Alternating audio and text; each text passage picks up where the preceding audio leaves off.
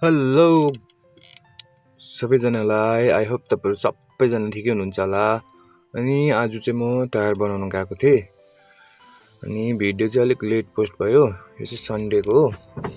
म अलिक त्यस्तै बिजी हुनुको कारणले गर्दा। अनि यो 8-20को चाहिँ हेर्नुहोस् न, लङ्गुटी पनि एकखेप टायर पम्चर हुँदा खत्तम हुँदो रहेछ हो। कम्पलसरी चेन्ज गर्नै पर्दो रहेछ एकखेप टायर पम्चर भयो भने लङ्गुटी पनि। हेर्नुहोस् न साथीहरू, छैन नि, खत्तम भएछ नि हौ। अनि यस्तो पाराले त यो एकखेप टायर बनाउँदा त 1000-1200 रुपियाँ खर्च हुँदो रहेछ 8-20को टायरको।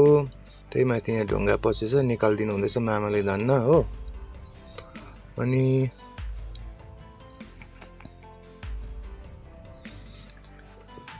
कोही बेला चाहिँ यो रिमहरू पनि सफा गर्दै गर्नुपर्छ भन्दै थियो। अनि यसो यो रिम पनि खोलेको बेलामा हार्ड ब्रसले यसो सफा गरिदिएको नि, पुरा जङ्कहरू हुँदो रहेछ नि त। अनि त्यसले गर्दा टायरहरू पम्चर हुनुको कारणले गर्दा ट्युब लङ्गुटीहरू स्क्रच गरिदिँदो रहेछ नि त, त्यो चरचरे लाग्दछ कि।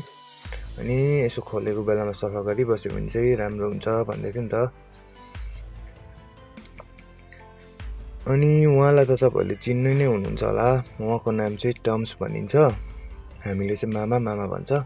हुनु चाहिँ ऊ सिनियर हो, हामी स्कुल पढ्दादेखिको देखेको। अहिले पनि टायरै बनाउँछ, एकदमै राम्रो बनाउँछ। यसो तपाईँहरू काइन्डली भिजिट गरिदिनुहोस् है उहाँको दोकान।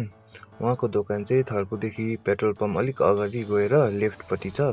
स्याटरडे चाहिँ बन्द हुन्छ, अरू दिन चाहिँ सबै दिन खुल्लै हुन्छ। उहाँले चाहिँ टायर एकदम राम्रो बनाउँछ। उहाँ मात्रै होला टायरको चाहिँ, पम्चर टायरको चाहिँ वारेन्टी दिने चाहिँ उहाँ मात्रै होला नाम्चीमा।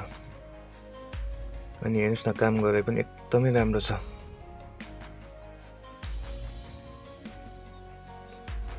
थ्याङ्क यू, यसो साथ सपोर्ट गरिदिनुहोस् है।